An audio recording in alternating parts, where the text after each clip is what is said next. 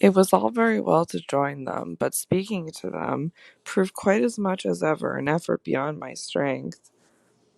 Offered in close quarters difficulties as insurmountable as before.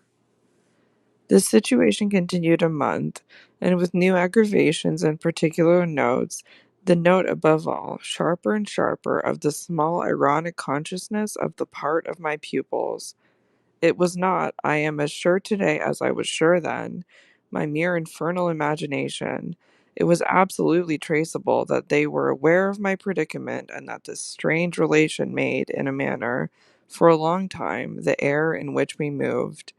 I don't mean that they had their tongues in their cheeks or did anything vulgar, for that was not one of their dangers. I do mean, on the other hand, that the element of the unnamed and untouched became, between us, greater than any other, and that so much avoidance couldn't have been made successful without a great deal of tacit arrangement. It was as if, at moments, we were perpetually coming into sight of subjects before which we must stop short, turning suddenly out of alleys that we perceived to be blind, closing with a little bang that made us look at each other. For, like all bangs, it was something louder than we had intended. The doors we had indiscreetly opened. All roads lead to Rome, and there were times when it might have struck us that almost every branch of study or subject of conversation skirted forbidden ground. Forbidden ground was the question of the return of the dead in general, and of whatever, in especial, might survive, for memory, of the friends little children had lost. There were days when I could have sworn that one of them had, with a small invisible nudge, said to the other, "She thinks she'll do it this time, but she won't." To do it would have been to indulge, for instance, and for once in a way, in some direct reference to the lady who had prepared them for my discipline.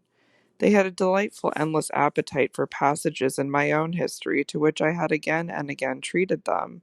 They were in possession of everything that had ever happened to me, had had, with every circumstance, the story of my smallest adventures, and those of my brothers and sisters, and of the cat and the dog at home, as well as many particulars of the whimsical bent of my father, of the furniture and arrangement of our house, and of the conversation of the old women of our village. There were things enough, taking one with another, to chatter about, if one went very fast and knew by instinct when to go round. They pulled with an art of their own the strings of my invention and my memory, and nothing else perhaps, when I thought of such occasions afterwards, gave me so the suspicion of being watched from under cover. It was in any case over my life, my past, and my friends alone that we could take anything like our ease, a state of affairs that led them sometimes, without the least pertinence, to break out into sociable reminders. I was invited, with no visible connection, to repeat afresh Goody Gosling's celebrated mot, or to confirm the details already supplied as to the cleverness of the vicarage pony. It was partly at such junctures as these, and partly at quite different ones, that, with the turn my matters had now taken, my predicament, as I have called it, grew most sensible. The fact that the days passed for me without another encounter ought, it would have appeared, to have done something toward soothing my nerves. Since the light brush, that second night on the upper landing, of the presence of a woman at the foot of the stair, I had seen nothing, whether in or out of the house, that one had better not have seen. There was many a corner round which I expected to come upon Quint, and many a situation that, in a merely sinister way, would have favoured the appearance of Miss Jessel. The summer had turned, the summer had gone, the autumn had dropped upon Bly and had blown out half our lights. The place, with its grey sky and withered garlands, its bared spaces and scattered dead leaves, was like a theatre after the performance, all strewn with crumpled playbills. There were exactly states of the air, conditions of sound and of stillness, unspeakable impressions of the kind of ministering moment that brought back to me, long enough to catch it, the feeling of the medium in which, that June evening out of doors, I had had my first sight of Quint, and in which, too, at those other instants, I had, after seeing him through the window, looked for him in vain in the circle of shrubbery. I recognized the signs, the portents, I recognized the moment, the spot, but they remained unaccompanied and empty, and I continued, unmolested.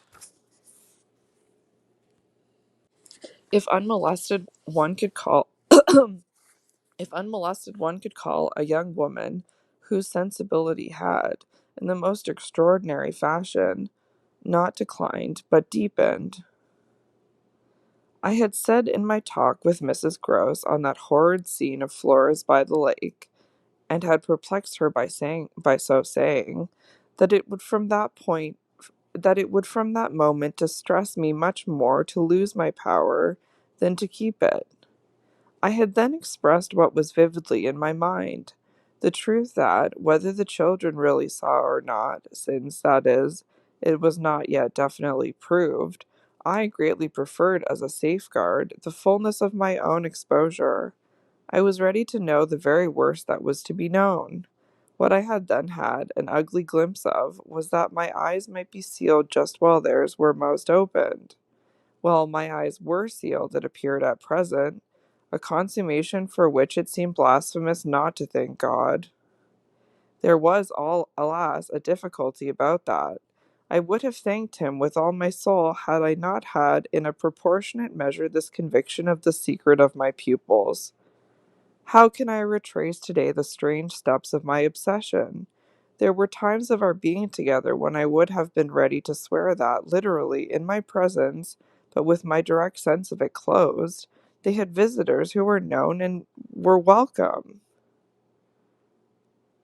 That then it was that, had I not been deterred by the very chance that such an injury might prove greater than the injury to be averted, my exultation would have broken out. They're here, you little wretches, I would have cried, and you can't deny it now.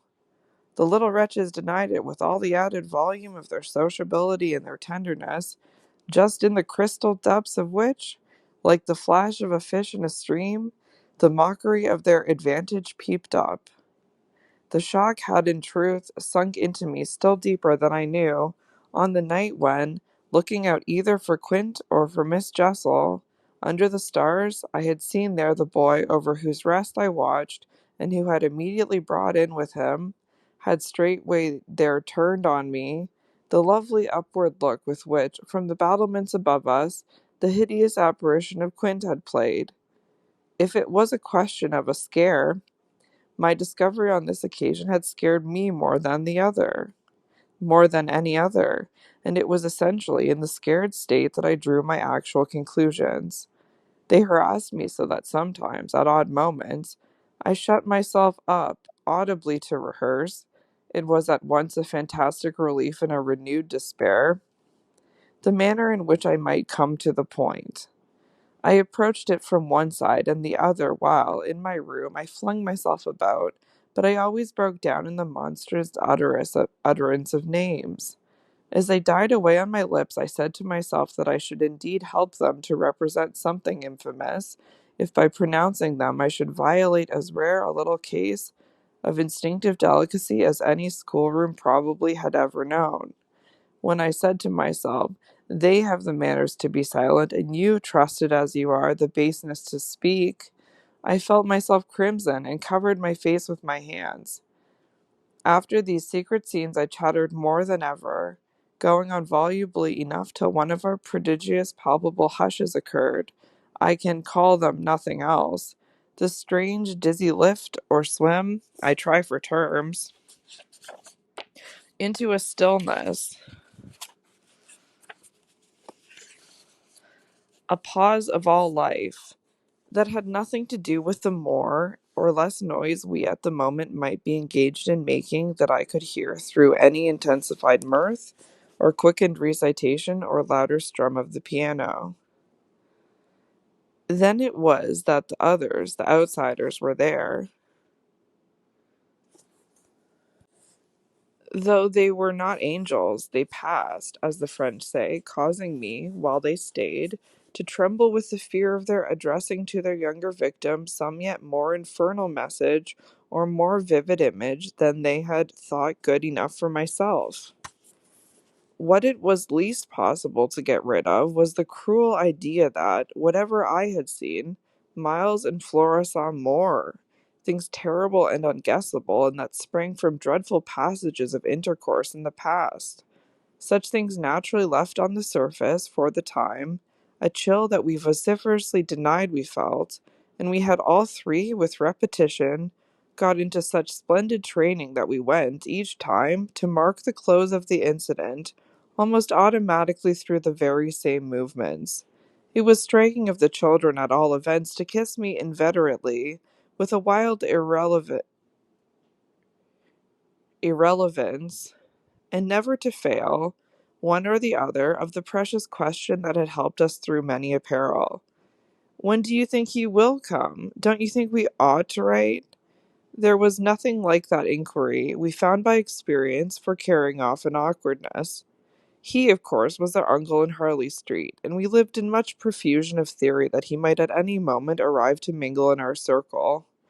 It was impossible to have given less encouragement than he had administered to such a doctrine, but if we had not had the doctrine to fall back upon, we should have deprived each other of some of our finest exhibitions.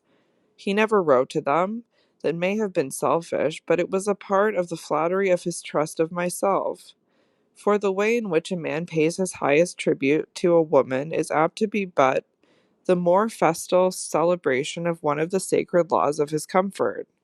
So I held that I carried out the spirit of the pledge given, not to appeal to him when I let our young friends understand that their own letters were but charming literary exercises. They were too beautiful to be posted. I kept them myself. I have them all to this hour. This was a rule indeed which only added to the satiric effect of my being plied with the supposition that he might at any moment be among us. It was exactly as if our young friends knew how almost more awkward than anything else that might be for me. There appears to me, moreover, as I look back, no note in all this more extraordinary than the mere fact that, in spite of my tension and their triumph, I never lost patience with them. Adorable they must in truth have been, I now feel, since I didn't in these days hate them. Would exasperation, however, if relief had longer been postponed, finally have betrayed me? It little matters, for relief arrived. I call it relief, though it was only the relief that a snap brings to a strain, or the burst of a thunderstorm to a day of suffocation. It was at least change, and it came with a rush.